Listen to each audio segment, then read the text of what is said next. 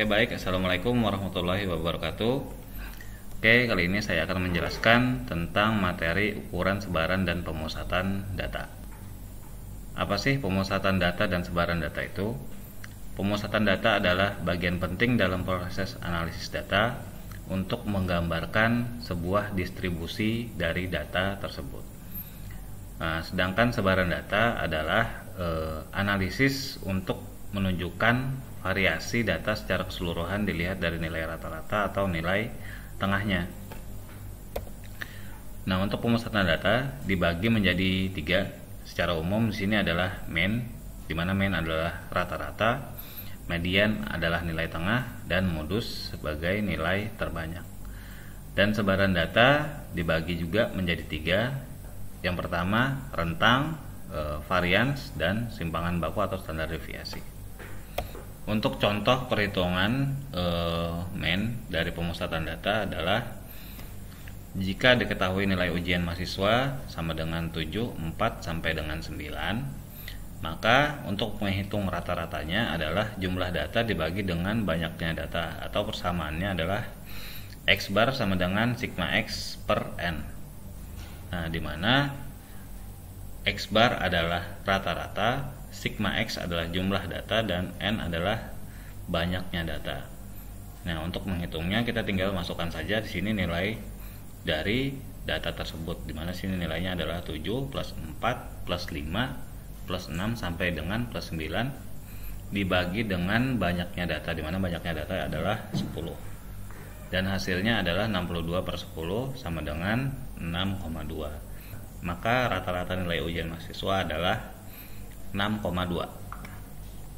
Lanjut di sini untuk median atau nilai tengah. Dari data yang sudah saya jelaskan sebelumnya di sini dapat dilihat.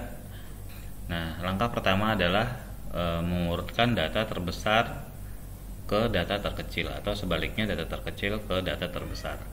Sehingga didapat di sini saya mengurutkan data adalah 3, 4 sampai dengan 9, di mana N-nya sama dengan 10, atau jumlah data atau banyaknya datanya adalah 10.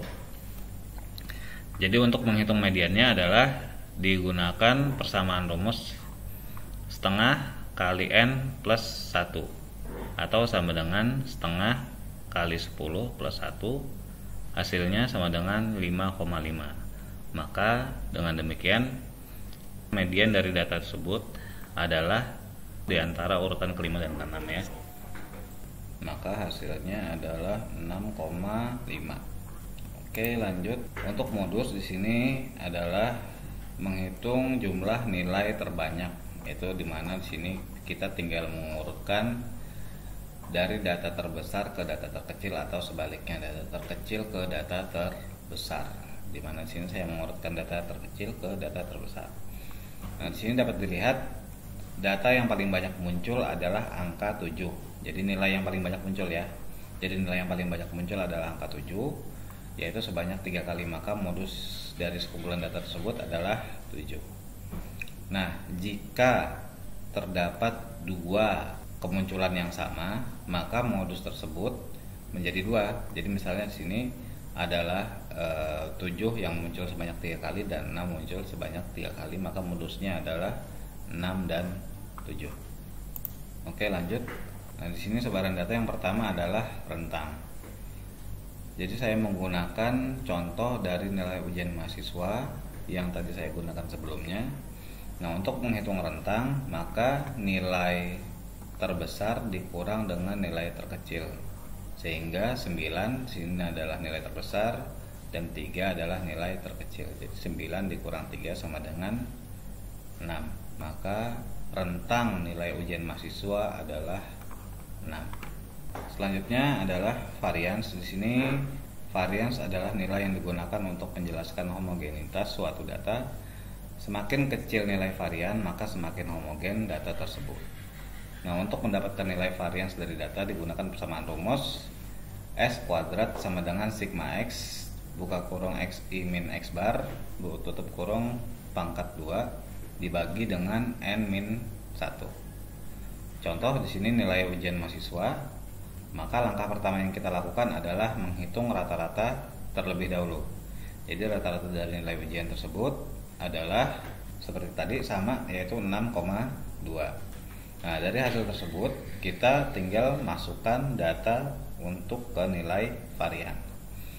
Dari rumusnya di sini adalah sigma X, berarti jumlah data ya, jumlah sigma X berarti di sini adalah 7 dikurang 6,2. XI adalah datanya. Jadi di sini 7 dikurang 6,2 dipangkat 2 plus 4 min 6,2 dipangkatkan 2 sampai seterusnya dibagi dengan 10 min 1 atau n-1. Sehingga hasilnya dapat dilihat di sini adalah 3,8. Maka nilai varians dari data nilai mahasiswa adalah 3,28. Lanjut di sini simpangan baku atau standar deviasi. Simpangan baku memiliki fungsi yang sama dengan nilai varians, yaitu menjelaskan sekelompok data untuk mengetahui homogenitas atau varietas suatu data yang ada di sekumpulan data.